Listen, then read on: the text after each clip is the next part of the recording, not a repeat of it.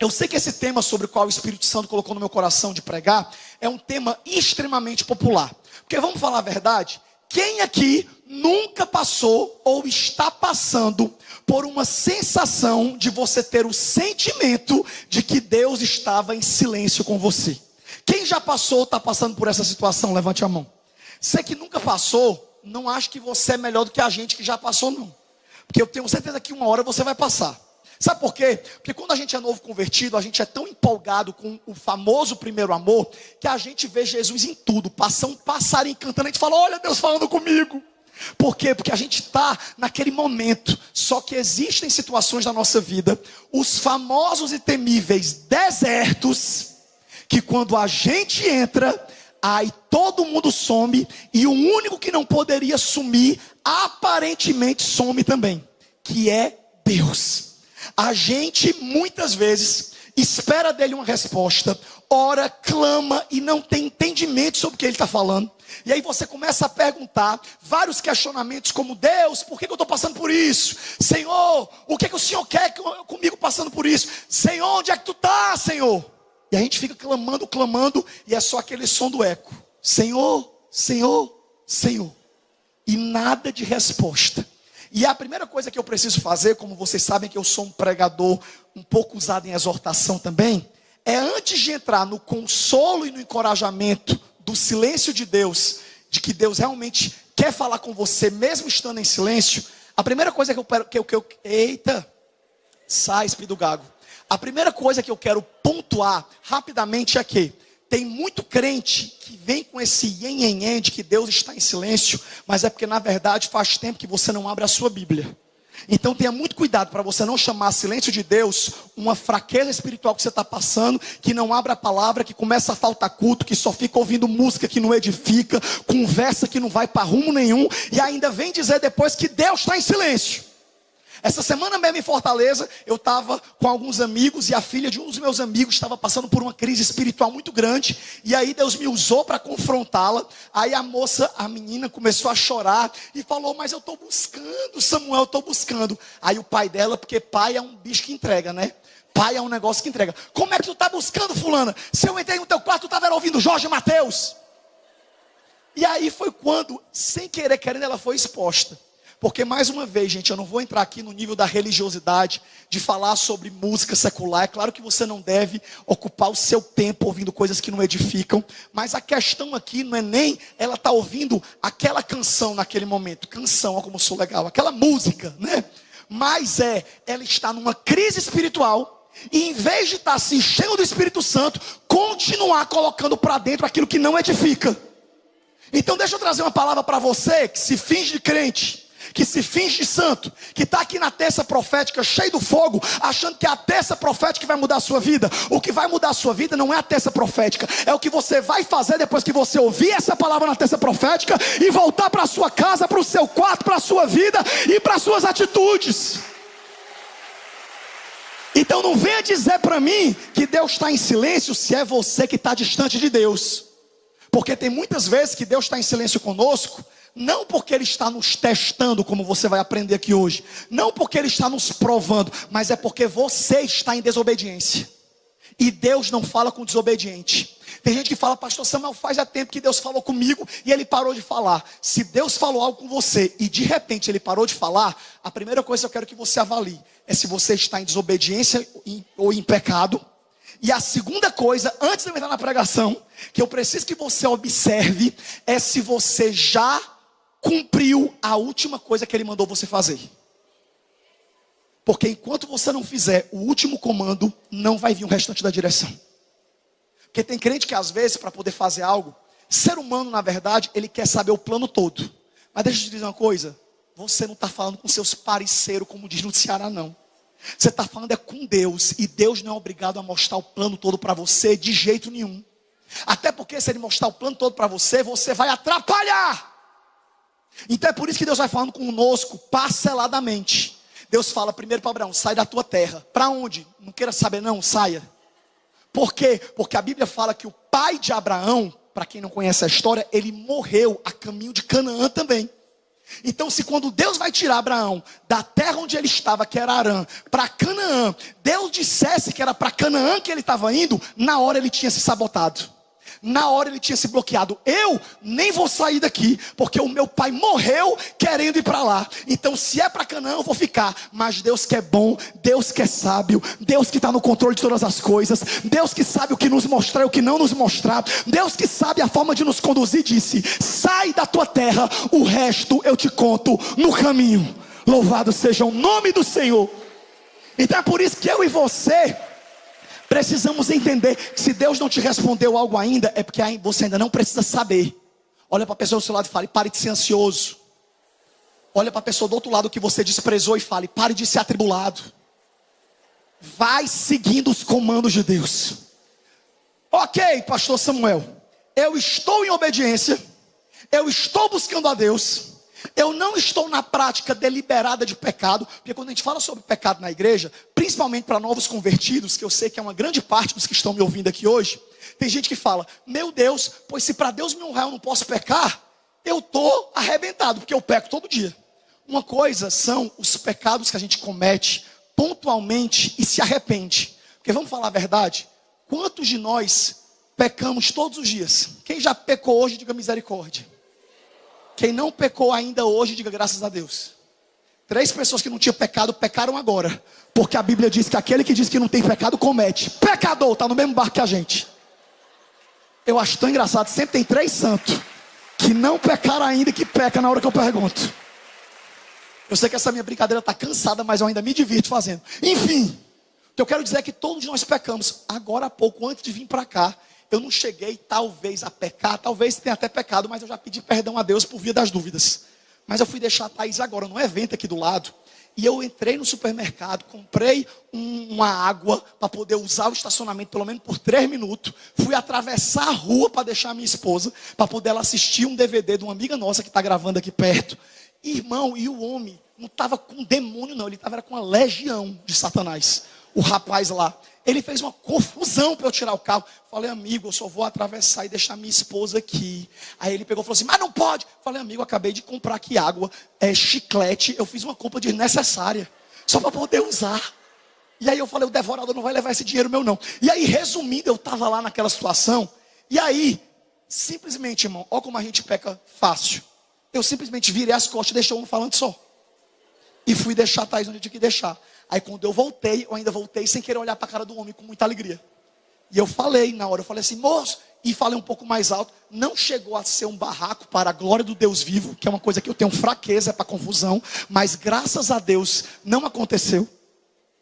Eu acho que o povo gosta de me ouvir pregar, porque eu sou sincero. Amém, igreja? Eu acho que tem coisa que a gente não aguenta. Eu não estou aqui querendo falar que isso é exemplo para vocês. Mas o que eu estou querendo mostrar através de testemunhos aleatórios como esse, é para você entender que você é ser humano, como o pastor é ser humano, e todos nós somos dependentes da graça do Espírito Santo. Porque se não for a misericórdia de Deus na nossa vida, todo mundo aqui se estressa. O problema é que os outros se estressam, mas não conta. Eu conto. Aleluia. Mas enfim. Então eu não estou falando aqui que o que te impede de ouvir a voz de Deus é um pecado aleatório, mas é uma vida no pecado. Porque existe uma diferença entre quem peca e quem vive no pecado. Vocês já entenderam isso? Uma coisa é quando você peca como eu, e depois eu falo: oh meu Deus do céu, isso é o Satanás querendo tirar minha paz. Aí depois eu me arrependo, peço perdão: ô Senhor, me acalma, Jesus, tira de mim esse espírito tão colérico, esse temperamento. Aí eu oro no carro, aí já me ajoelhei ali atrás, e está tudo bem entre mim e Jesus. Eu já subi aqui para pregar na paz. Aleluia. Então, isso é diferente. Agora, outra coisa é quando você faz do pecado um estilo de vida. Uma coisa é quando você comete algo pontual. Isso eu já expliquei 1000 vezes. Estou perdendo tempo da outra pregação para poder explicar de novo. Mas se Deus está mandando eu falar, é porque tem gente precisando. Uma coisa é quando você, no momento de crise de nervosismo, alguém que você não quer ver chega e você, nervoso, fala: diz que eu não estou. Você acabou de mentir, concorda? Aí você depois se arrepende e fala: meu Deus, para que eu fiz essa besteira? Ô meu pai, perdão, Senhor, isso não está certo não. Aí você não faz nunca mais, ou pelo menos tão cedo.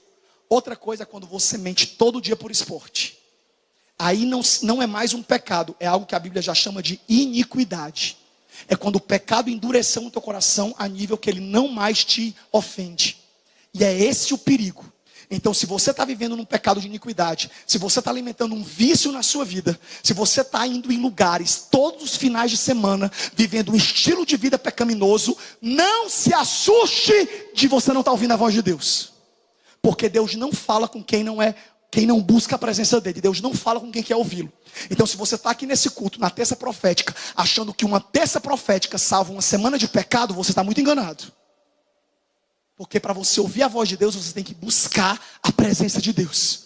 Samuel, e quando eu pecar? Pede perdão e se conserta, mas você não pode viver no pecado. Amém, igreja? Não pode viver no pecado. Porque por conta de viver no pecado, é que muitas pessoas não ouvem a voz de Deus. Ok, Samuel, essa correção pesada não foi para mim. Ok, mas continue humilde. Mas aí é onde nós entramos na mensagem de hoje. Se você não está vivendo na prática deliberada do pecado, se você não está em desobediência a algo que Deus falou, por que que ainda assim tem momentos que você não consegue ouvir a voz de Deus? Que você não tem uma direção clara de Deus? Que você está vivendo um período que você chama de silêncio de Deus? Samuel, isso é possível? É mais do que possível. Porque, mais uma vez, gente, todos os dias Deus fala conosco na palavra. Todos os dias Deus fala conosco através de louvores. Todos os dias Deus fala conosco através de sinais. Você está num culto como esse hoje, é uma bênção e um presente de Deus para a sua vida. Porque você está num ambiente que, sinceramente, eu acho impossível você não ouvir a voz de Deus aqui hoje. Quem já ouviu a voz de Deus aqui hoje? Diga graças a Deus. Deus pode ainda não ter te dado a resposta específica pela qual você está orando, mas Deus já está falando com você desde o momento que você entrou aqui nessa igreja. Amém? Porém, é comum homens e mulheres de Deus passarem por período de silêncio. Aí talvez você fale, me prove, Samuel. E eu provo, vamos para a Bíblia. O livro de Salmos é um livro de canções, de poesias e de orações. É por isso que o livro de Salmos é o livro mais lido da Bíblia Sagrada. Porque é o livro que até quem não é evangélico, que até quem não é cristão gosta. Por quê? Porque se identifica. Porque o livro de Salmos nada mais é do que orações. Davi, Moisés, entre outros salmistas, rasgando a sua alma com sinceridade perante o Senhor. E se eles estão orando com sinceridade, você vai ver em muitos. Hoje, irmãos, eu fiz uma pesquisa rápida. Eu encontrei mais de 40 versos em Salmos dos salmistas reclamando do silêncio de Deus. E aí eu me senti até melhor. Eu falei, Senhor, Davi também sentiu o que eu senti. Moisés também sentiu. Então eu já quero que você fique em paz. Se você passou os primeiros testes e ainda assim você está sentindo um silêncio de Deus. Esse silêncio não é para te punir. Esse silêncio é para te amadurecer. Esse silêncio é para testar o nível da sua fé. E Deus vai te responder ainda nesse culto o porquê que Ele ainda não está falando com você. Mas vamos para a Bíblia. Olha o que aqui está escrito em Salmos. Salmo de número 83, verso 1. Salmo de número 83, verso 1. Eu espero que mesmo com essa rouquidão minha, vocês estejam conseguindo entender o que eu estou falando. Estão conseguindo, gente? Nem eu estou conseguindo direito. Olha o que é que o salmista falou no Salmo de 83, verso 1. Ó Deus, ele estava clamando. E eu amo os salmos porque ele sempre começa com um grito. Ó Deus. Ah, Senhor. Eu amo salmos. Salmos é um dos meus livros preferidos. Aí o salmista, que nesse caso aí era Davi, falou, ó Deus, não te emudeças. Não fique em silêncio. Não te detenhas, ó Deus. Estava lá o coitado do Davi fugindo de Saul, sem ter feito nada de errado, orando, e quanto mais ele orava, mais endemoniado Saul ficava. Aí está lá, Davi foge 13 anos de Saul, para cima e para baixo em caverna, ora, e Deus não faz nada, por todo aquele tempo. Aí ele, que era ser humano, fez o que você e eu fazemos. Ele fez essa oração. Ó Senhor, não te emudeças, não fique em silêncio. Aí você pensa que terminou aí. Tem outros salmos que falam sobre isso também. O Salmo 13, verso 1 diz, até quando, Senhor? Gente, eu não vou mentir para você não, eu amo os salmos. Porque salmos, gente, faz até a gente se sentir mais humano, amém? Porque tem muito crente que se afasta da igreja porque acha que para ser crente tem que ser perfeito. E está aqui a Bíblia todinha mostrando que você não precisa ser perfeito para permanecer com Jesus. Você só precisa ser sincero e íntegro na presença dele. Quando estiver doendo, diga que está doendo. Quando tiver com dúvida, diga: Senhor, eu estou com dúvida. Quando tiver cansado, diga: Senhor, estou cansado, me ajuda. Você só tem que saber orar. Não é para você querer ameaçar Deus, porque tem crente terrorista que vai orar e fala: Deus, se tu não me honrar, eu vou me afastar. Essa oração dramática não toca o coração de Deus. Agora, quando você fala: Senhor, tem misericórdia, Deus, faz algo por mim, essas orações aí Deus entende. Porque olha que essa, Salmos 13:1, esse aqui já estava mais revoltado.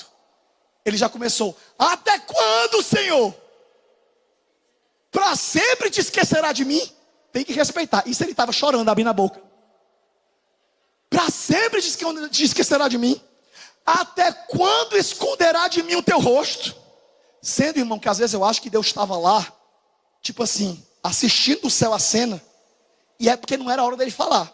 Mas a menor vontade que eu imagino que Deus estava era o quê? Falar assim, pelo menos uma frase: se acalme. Para que esse show todo? Porque vamos ser sinceros, irmão, a gente dá show na presença de Deus quando Ele não responde na hora que a gente quer. Dá ou não dá? E eu ainda tenho uma palavra de Deus para falar para você e profetizar de olho aberto. Quanto mais show você dá, quanto mais você murmura, quanto mais você grita, quanto mais você reclama, quanto mais você acha que orações ameaçadoras para Deus vão apavorar a Deus, e Deus, com medo de te perder, vai responder na hora que você quer, maior o teu deserto se torna. Porque você pode perceber, sempre que eu, Samuel, discuti com uma pessoa sábia, eu sempre percebi que é comum que quando a gente discute com uma pessoa sábia, ela não fica batendo boca com a gente. É assim ou não é?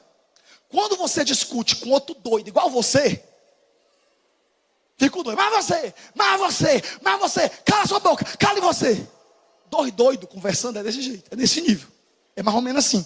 Agora, quando uma pessoa louca, doida, desequilibrada vai conversar com uma pessoa sábia, você pode perceber. Não é possível que você não conheça uma pessoa sábia. Eu conheço alguns, graças a Deus. Quando a gente conhece uma pessoa sábia, a gente se constrange. Eu mesmo, quando eu cheguei na Videira, que foi a igreja que eu fui pastor por 14 anos em Fortaleza, eu cheguei lá com 23 anos de idade. Então vocês imaginam, essa pessoa aqui que hoje, trabalhada, melhorada, ainda sou como sou, com 37. Imagina eu com 23 anos, meu amigo. Com 23 anos eu botava o cão para correr, não era nem só com a unção não, era perturbando mesmo o juízo dele. Então eu sempre fui essa pessoa. Aí eu chegava diante do pastor Costa Neto, que é um dos homens mais sábios, calmos e mansos que eu conheço. E quando algo acontecia que eu não concordava, eu chegava dando um show na sala dele. Pastor, pelo amor de Deus, o que é isso? Eu não concordo com isso. Pelo amor de Deus, tá repreendendo, misericórdia. E agora? Pastor, pelo amor de Deus, não sei o quê. E o pastor assim, ó, impactado. Assim, ó, olhando para mim. E eu falei: e o senhor não vai falar nada não? Aí ele pegava, falava assim: você pode sentar, meu filho. Quer uma água? Não, eu quero resolver isso, porque pelo amor de Deus, isso aqui não dá certo. Aí depois eu dava show, ele ainda ficava 2 minutos respirando. E a pessoa atribulada, quando está diante de uma pessoa sábia, ela fica mais atribulada ainda. Porque a pessoa sábia fica esperando a outra voltar para o equilíbrio, para poder começar uma conversa. E aí é onde eu te digo, se um ser humano sábio e equilibrado por Deus tem a capacidade de esperar a outra pessoa ficar em equilíbrio para conseguir travar uma conversa, imagine Deus. Sabe quando é que Deus fala? Quando você se cala. Sabe quando é que Deus fala? Quando você para de dar show e você se humilha diante da presença dele. E você fala: Senhor, pronto, perdão, rasguei minha alma, já dei meu show, mas agora eis-me aqui, fala comigo. Aí começa: fala comigo, fala, canta uma música para se acalmar. Aí quando você começa a cantar a música para se acalmar, se prepare que certamente Deus vai falar com você. Então o que é que eu e você precisamos entender? Que Deus, Ele ama a nossa sinceridade, mas que o silêncio dele muitas vezes está aguardando nós estarmos prontos para ouvir o que Ele tem para falar. Então se você está passando por esse período de silêncio e esse período de deserto com Deus, assim como esses salmistas revoltados e humanos estavam, pode ter certeza que você não está sozinho. No Salmo 10, verso 1, outro salmista falou: Senhor, por que estás tão longe? Por que te esconde em tempos de angústia? Salmo 10, 1, o salmista também orou, reclamando do silêncio de Deus. Agora você quer ver outro, que foi pós-graduado, bacharelado e fez especialização em silêncio de Deus? Jó. Que a Bíblia fala que o homem era fiel, O homem era íntegro. O homem nunca tinha feito nada contra Deus. Pelo contrário, o homem era tão crente que antes dos filhos dele pecar, ele já levantava um altar pedindo perdão a Deus pelos possíveis pecados que os filhos pudessem cometer. Do nada a vida do homem vira de cabeça para baixo. Ele perde 7.000 ovelhas, 3.000 camelos, 500 juntas de boi, 500 juntas de jumenta. Morre os 10 filhos numa só manhã. Na mesma semana ele amanhece com câncer em estado terminal na sua pele, como alguns estudiosos avaliam devido aos relatos bíblicos. E a esposa dele, que só estava com ele por interesse, vira para ele e fala: é sério, homem, que depois de tudo que tu está passando, tu ainda retém tua sinceridade com Deus? Amaldiçoa esse teu Deus e morre. Ela já vira falando assim: eu só servia a Deus enquanto ele cuidava de mim do jeito que eu queria, enquanto eu tinha tudo. Agora ele não é mais o meu Deus, ele é só teu. Ou seja, já se desviou. Aí ela ainda vira para Jó e fala: amaldiçoa o teu Deus e morre. E sabe o que acontece? Depois que ele passa por tudo isso, que os amigos dele, em vez de vir para consolá-lo, vêm para terminar de matar ele. Irmão, pensa numas amizades sem futuro, as amizades de Jó. Porque quando a gente vê os 4 chegando, ou era 3 ou era 4, sei lá quantos eram, os 4 não davam 1. Ele já chega, em vez de falar para consolar: homem, ser forte. Ô Jó, a gente conhece tua história. Cara, não é normal não, cara, Deus está contigo. Tem alguma coisa grande vindo para ti. Não. Sabe o que é que os 4 chegaram? Sentaram dele, afastado por causa do fedor que Jó estava, por conta da doença. E fala assim: homem, confessa logo o teu pecado, cara. Porque o que é que tu fez tão ruim para Deus, para tu estar passando por isso? Ou seja, ele ainda teve, mesmo sabendo que ele não tinha feito nada de errado, passar por toda aquela provação e ainda ouvir os amigos condenando ele de um pecado que ele não tinha cometido. O que acontece? Como humano e crente que ele era, ele foi o quê? Falar com Deus. E aí você que já leu o livro de Jó, inclusive você que tem medo de ler o livro de Jó, leia. Tem gente que tem medo de ler o livro de Jó. Deus me livre, é muito sofrimento. Não, gente, leia. Vai edificar a sua vida. Tudo bem que vez por outra, quando a gente está lendo, a gente diz um ai, aleluia. Não é nem aleluia, mas vale a pena você ler. Porque é muito edificante a história de Jó. E aí, quando a gente lê a história de Jó, sabe o que a gente aprende, percebe e vê? Que Jó ficou do capítulo 3 até o capítulo 27 do livro dele, falando e sem ter resposta. E ele falava: Senhor, onde tu está? Deus, por quê? E Deus não respondia. Mas no final do capítulo, Deus se manifesta, Deus responde, Deus mostra o propósito e ainda dá para Jó tudo em dobro do que ele um dia havia possuído. Então, é que eu estou querendo provar para você que está aqui essa noite, que é comum nós passarmos por momentos de silêncio. Abraão passou, Davi passou, Jó passou, você também vai passar. E talvez a sua pergunta é: mas por que, pastor Samuel, que eu estou passando por isso? E eu vou te responder, como eu já estou tentando te responder à luz da Bíblia, que o primeiro propósito pelo qual Deus muitas vezes fica em silêncio com você é para testar a sua fé. Fale comigo: o silêncio de Deus é para testar a minha fé. Sabe por quê, meu irmão? Porque se tem uma coisa que eu e você precisamos entender, é que quando a gente está na presença das pessoas que a gente confia, é muito mais fácil a gente demonstrar confiança. Mas quando alguém nos faz uma promessa e desaparece, é muito mais fácil a gente duvidar e colocar as nossas feridas e inseguranças para fora. Mas algo que eu e você precisamos entender é que se Deus aparentemente está em silêncio com você, você precisa entender: Deus não te abandonou, Deus não te deixou, Deus não esqueceu as promessas, mas Deus está testando a sua fé. E toda prova é para você ser aprovado. Sabe, irmão, seria muito ilusão da sua parte você vir para um culto profético como esse e você achar que as promessas que Deus fez na sua vida, Ele vai cumprir fácil. Sabe qual é o seu problema? É que às vezes você olha para um momento de pessoas que já estão vivendo o cumprimento de promessas na sua vida e você se compara com a pessoa no momento que ela está. Em vez de você se comparar com a pessoa no momento que ela está, senta com ela e vai ouvir o testemunho dela. E aí você vai saber que ela também passou pelo mesmo processo que você está passando hoje. Então como tem uma frase famosa aí na internet, para de comparar os teus bastidores com o palco dos outros. Porque o que você está vendo do palco dos outros é a conclusão de um processo. Para de se julgar, se comparando com os outros. Para de ficar olhando para a tua vida e querendo correr a corrida dos outros. Porque se tem gente já vivendo o que você queria viver, é porque essa pessoa foi provada, aprovada, testada, aprovada. Deus preparou o coração, ela está alinhada e chegou o tempo dela. E se chegou o tempo dela, eu tenho uma notícia para te dar. O teu Deus é o mesmo, o teu tempo também vai chegar. Então colabore com o processo e seja aprovado na sua fé. Agora, sabe qual é o problema de muitos de nós? É que tem muitos de nós que comparamos a nossa fé com um arrepio, com uma emoção, com uma sensação. Tem muita gente que às vezes fala: hoje eu não senti a presença de Deus. A gente pergunta: mas por que você não sentiu a presença de Deus? Não, porque eu não senti nenhum arrepio no culto. Às vezes é porque não estava frio comigo. Eu não chorei no culto hoje. Às vezes é porque você está tomando algum remédio para se acalmar. Eu mesmo, esses dias eu tive um burnout pesado. Procurei ajuda, glória a Deus por isso. E aí eu fui atendido, fui acompanhado. Já estou até bem, para a glória de Deus. Mas foi necessário, eu estava tão esgotado esse ano. Foi tão frenético o meu ano, que como ser humano, quase que eu papoco. Emocionalmente falando. E eu estava aqui toda semana pregando e vocês nem percebiam. Por quê? Porque ministério é isso. É você usufruir de um óleo da vida de alguém que está sendo esmagado por Deus. Mas glória a Deus, eu não estou aqui de forma nenhuma falando para ninguém ter pena de mim, até porque eu só conto meus processos depois que eu venço.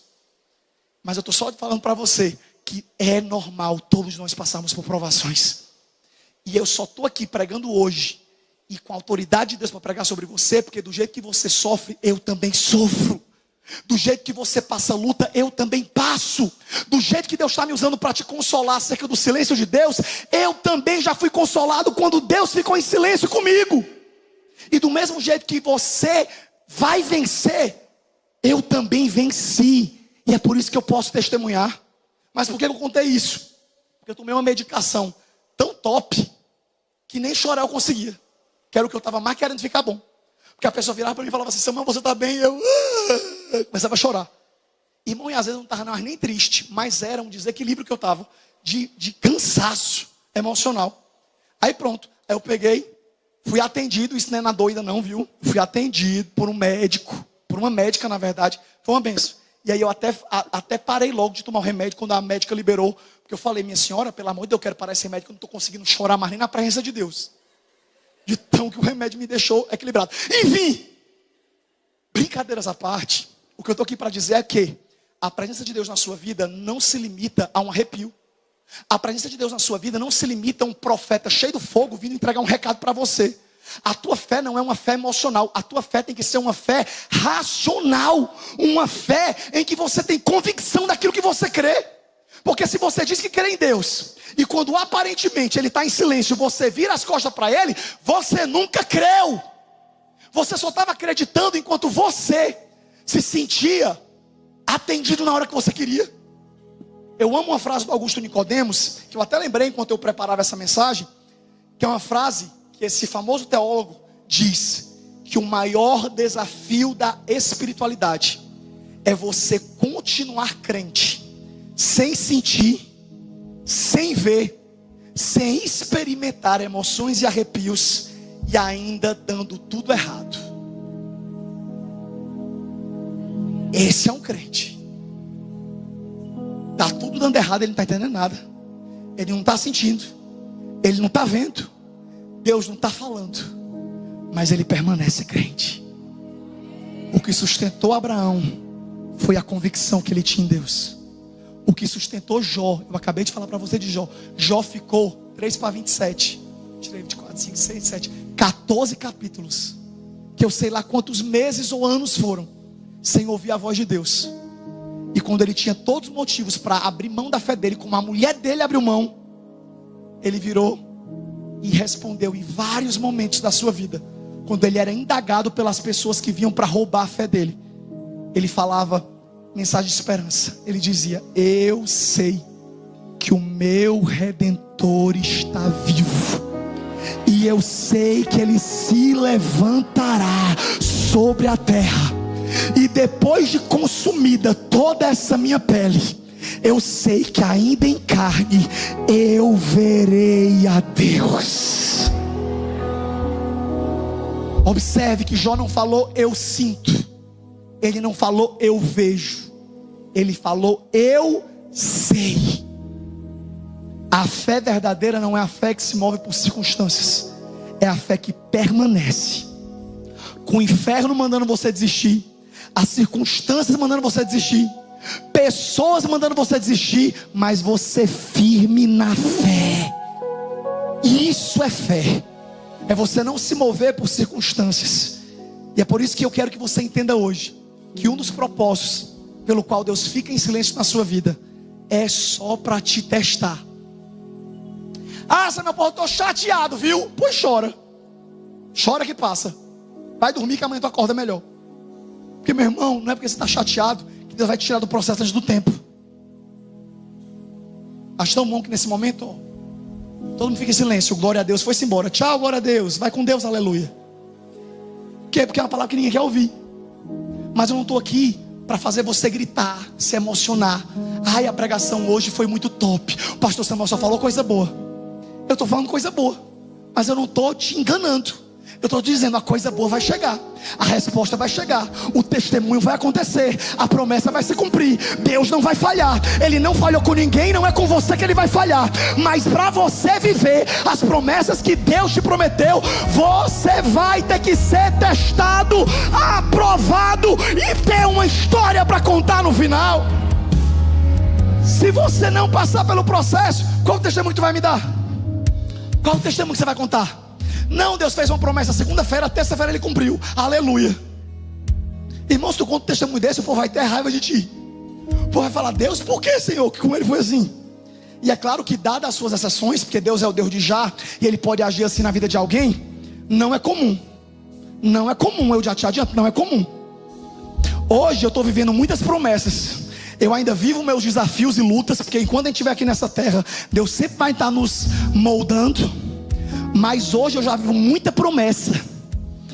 Acabei de fazer um evento lá em Fortaleza, final de semana passado, tá até aqui a minha amiga Fernanda que estava lá, que foi um evento sobrenatural.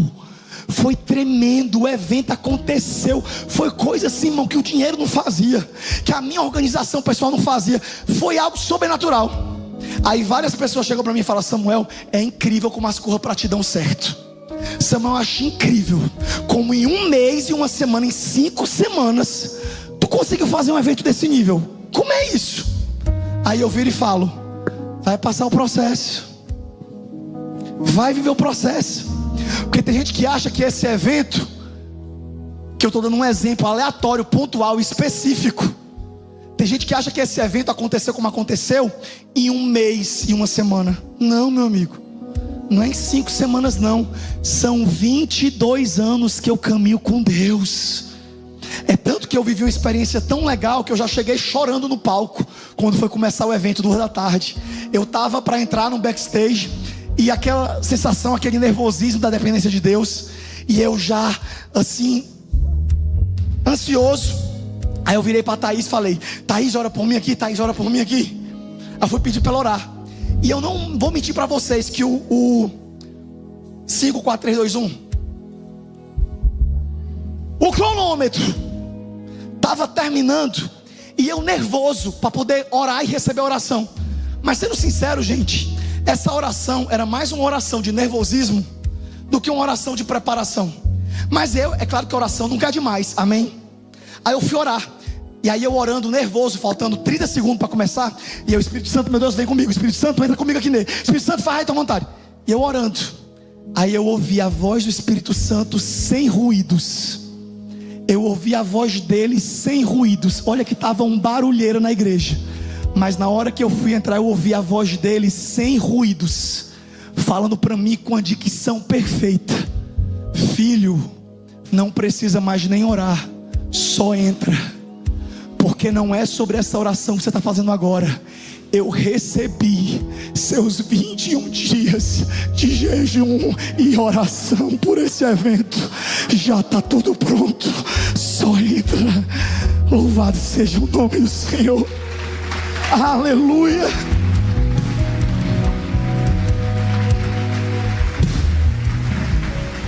E eu achando que era aquela oração que ia fazer a diferença.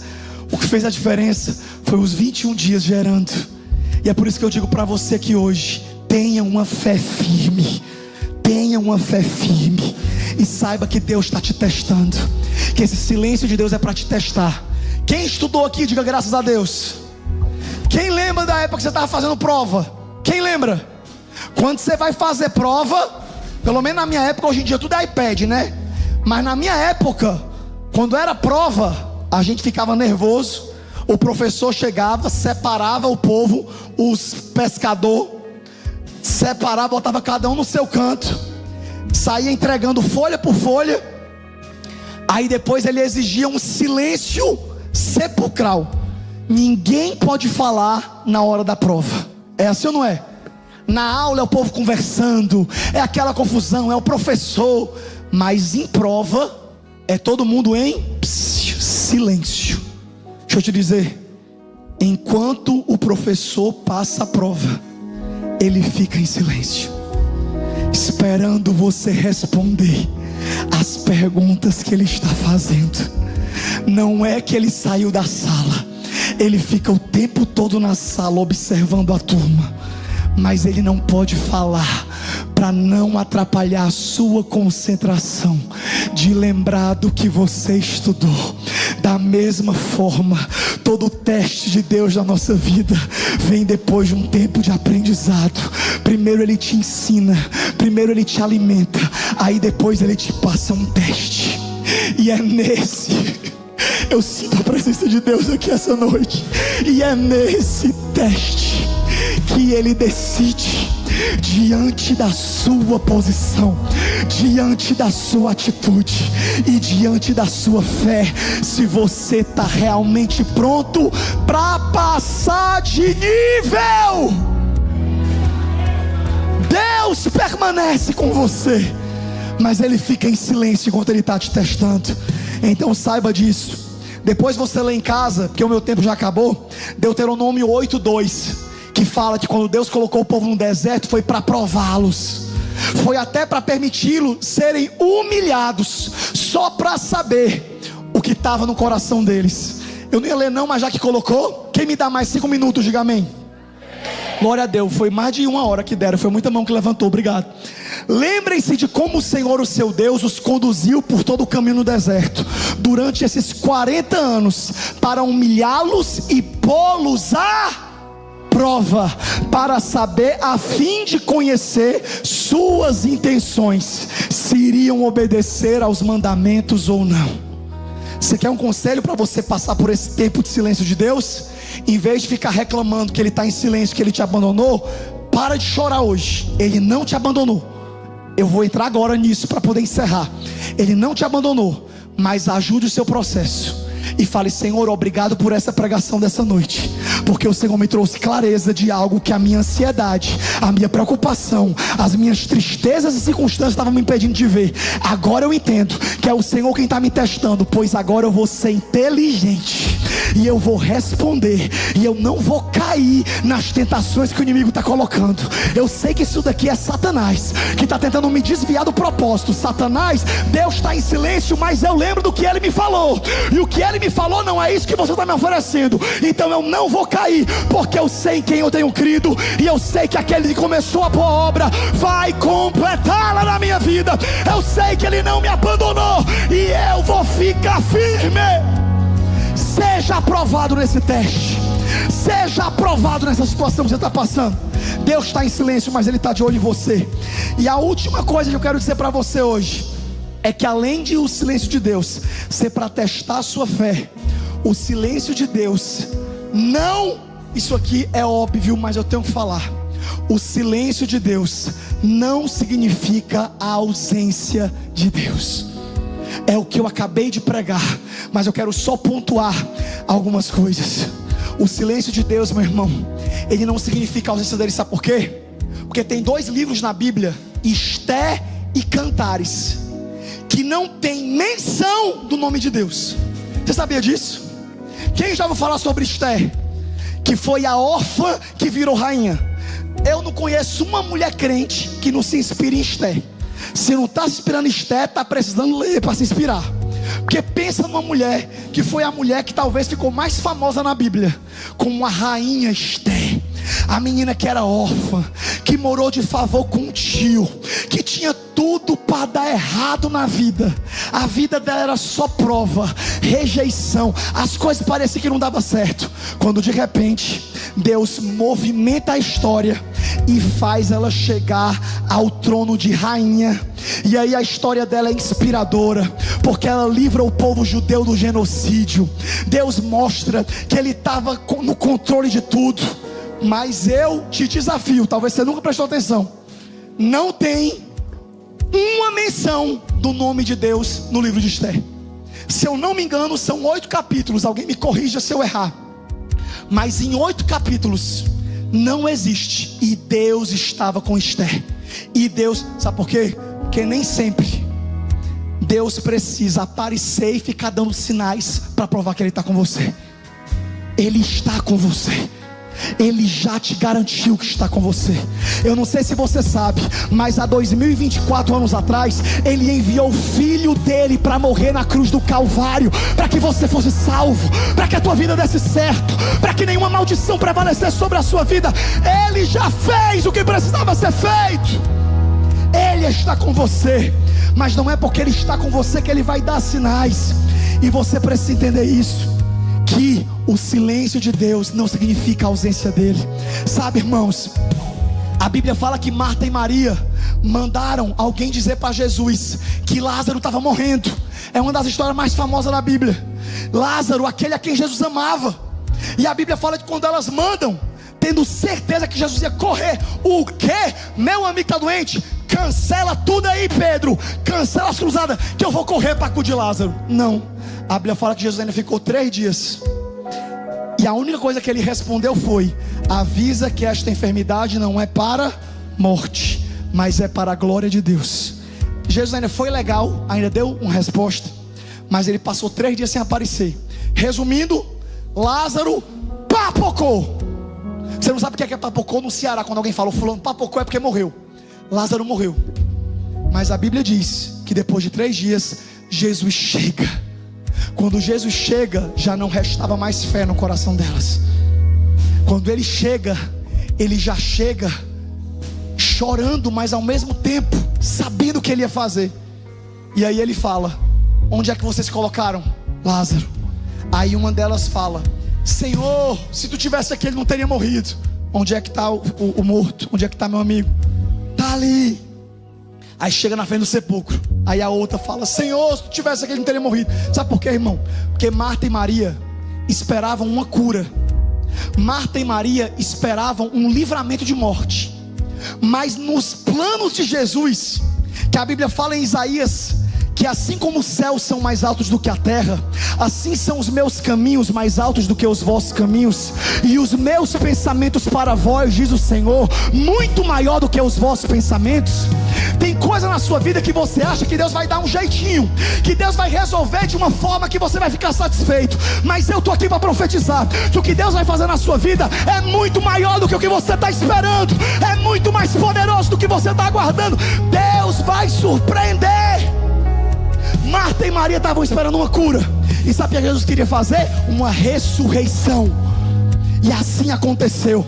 E eu teria 1000 pessoas para mostrar para vocês, mas eu estou aqui para te encorajar e te dizer: mesmo em silêncio, Deus está agindo. Mesmo em silêncio, Deus está trabalhando. E eu encerro com uma reflexão que um dia eu ouvi, e que como essa reflexão me edificou na época que eu ouvi. Que quando um pintor ele está fazendo uma obra na tela, quem aqui tem um mínimo de conhecimento sobre pintura sabe que um pintor ele nunca revela a obra enquanto não está terminada. É assim ou não é? Em filmes que mostram pintores, a gente sempre vê que ele pinta alguma coisa e coloca um lençol por cima, e o povo mostra como é que está ficando. Não, só quando terminar. Ele pinta e Ele guarda, Ele pinta e Ele cobre, até que quando a obra está concluída, Ele chama uma coletiva de imprensa, Ele chama os fãs, Ele chama os admiradores, e diante de todos Ele puxa o lençol, e todo mundo fica maravilhado com o que Ele fez enquanto Ele estava trabalhando em silêncio. Deus te trouxe hoje aqui para te falar: eu estou pintando a sua história, eu estou construindo um caminho, eu estou gerando o seu testemunho. Eu ainda não te mostrei, mas fique firme, porque o meu silêncio não significa dizer que eu não estou presente. Eu estou vendo tudo o que está acontecendo com você, mas eu estou esperando você me glorificar, você me adorar, você permanecer firme, porque como eu fiz na vida de Abraão, como eu fiz na vida de José, de Davi, eu vou fazer na sua vida. Assim te diz o Senhor essa noite. Ele está rompendo o seu silêncio para te dizer: se eu ainda não te respondi, continua firme. A resposta é espere, a resposta é aguarde, a resposta é confie, porque eu estou no controle de todas as coisas.